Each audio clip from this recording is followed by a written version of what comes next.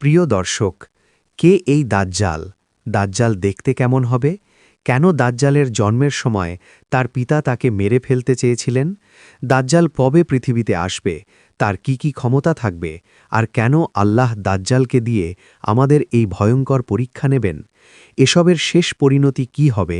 আর দাজ্জালের এত শক্তি থাকার পরেও পরিশেষে দাজ্জাল কিভাবে ধ্বংস হবে? এই সকল রহস্যময় ও শিহরণ জাগানো বিষয় জানব আজকের ভিডিওতে। তাহলে চলুন বিসমিল্লাহ বলে শুরু করি আজকের আলোচনা। দাজ্জালের জন্মের সময় কি ঘটনা ঘটেছিল? তার বাবা এবং মায়ের আসল পরিচয় কি ছিল? তারা কি মানুষ ছিল নাকি অন্য কোনো অজানা সত্তা? শিশু অবস্থায় দাজ্জালের এমন কিছু অদ্ভুত আচরণ ছিল যা জানলে সত্যিই আপনি চমকে উঠবেন। নবী সাল্লাল্লাহু আলাইহি ওয়াসাল্লাম একদিন মসজিদের মিম্বরে উঠে বললেন, মুক্তির দিন, মুক্তির দিন, মুক্তির দিন। এই কথা তিনি ৩ বার বলেছিলেন। কেন বলেছিলেন? এর পেছনের গভীর রহস্য কি ছিল? প্রিয় বন্ধুরা, ভিডিও শেষ পর্যন্ত আমাদের সাথে থাকুন, মনোযোগ দিয়ে শুনুন, আর আপনার মূল্যবান মতামত অবশ্যই কমেন্ট বক্সে লিখুন। দাজ্জালের আবির্ভাব কিয়ামতের অন্যতম বড় নিদর্শনগুলোর একটি, এক ভয়াবহ অধ্যায়। তাই আল্লাহর সব নবী রাসূলই তাদের জাতিকে দাজ্জালের ফিতনা সম্পর্কে কঠোরভাবে সতর্ক করেছেন। প্রিয় নবী সাল্লাল্লাহু আলাইহি ওয়াসাল্লাম বলেছেন, আল্লাহ এমন কোনো নবী প্রেরণ করেননি যিনি তার উম্মতকে একচোখা মিথ্যাবাদী দাজ্জাল সম্পর্কে সতর্ক করেননি। জেনে রেখো, সে একচোখা, কিন্তু তোমাদের প্রতিপালক একচোখা নন। তার ২ চোখের মাঝে কাফির লেখা থাকবে, যা প্রত্যেক ঈমানদার ব্যক্তি পড়তে পারবে। তিনি আরও বলেছেন, দাজ্জাল পৃথিবীতে ৪০ দিন অবস্থান করবে, কিন্তু সেই ৪০ দিন হবে ভয়াবহ ও অস্বাভাবিক। প্রথম দিন হবে ১ বছরের সমান দীর্ঘ, দ্বিতীয় দিন ১ মাসের মতো, তৃতীয় দিন ১ সপ্তাহের মতো, আর বাকি দিনগুলো হবে স্বাভাবিক দিনের মতো। কল্পনা করুন সেই সময়ের ভয়াবহতা।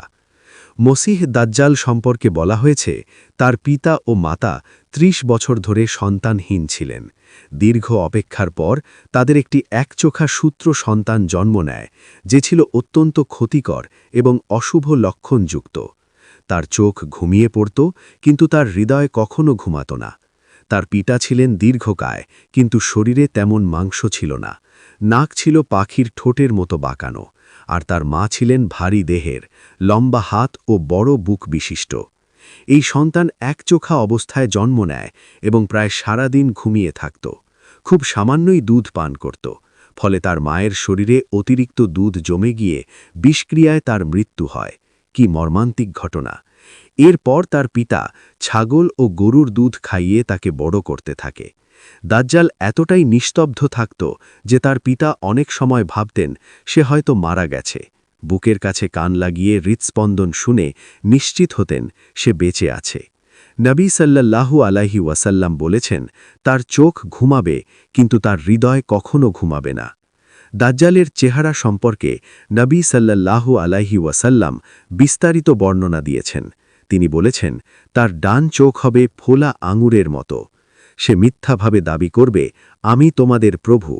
তার সাথে থাকবে তথাকথিত জান্নাত ও জাহান্নাম, কিন্তু সাবধান, যা সে জান্নাত বলে দেখাবে সেটাই আসলে জাহান্নাম, আর যা সে জাহান্নাম বলে দেখাবে সেটাই হবে প্রকৃত জান্নাত।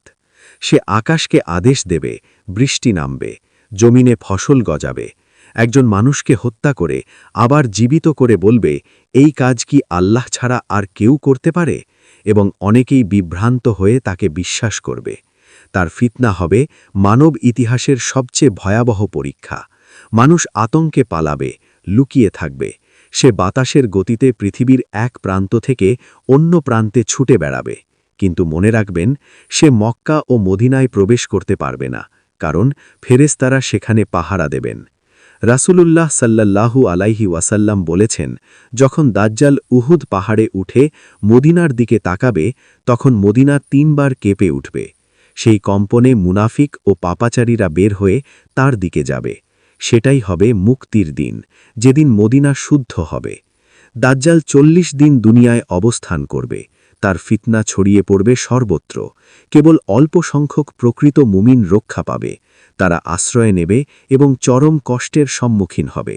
অবশেষে নির্ধারিত সময়ে আসমান থেকে অবতরণ করবেন হজরত ঈসা আলাইহিসসালাম। তিনি দাজ্জালকে অনুসরণ করে ফিলিস্তিনের লুদ নামক স্থানে তাকে হত্যা করবেন। সেখানেই হবে দাজ্জালের করুণ পরিণতি।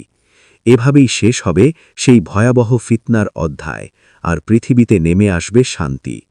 রাসূলুল্লাহ সাল্লাল্লাহু আলাইহি ওয়াসাল্লাম আমাদের শিখিয়েছেন, দাজ্জালের ফিতনা থেকে বাঁচতে সূরা কাহাফের প্রথম 10 আয়াত, অন্য বর্ণনায় শেষ 10 আয়াত মুখস্থ রাখতে হবে এবং নিয়মিত পড়তে হবে। প্রিয় দর্শক, আমরা সবাই আল্লাহর কাছে দোয়া করি, হে আল্লাহ, আমাদের দাজ্জালের ফিতনা থেকে হেফাজত করুন, আমাদের ঈমান দৃঢ় করুন, আমাদেরকে আপনার রহমতের ছায়ায় রাখুন। আমিন। আল্লাহ আমাদের সবাইকে নিরাপদে রাখুন।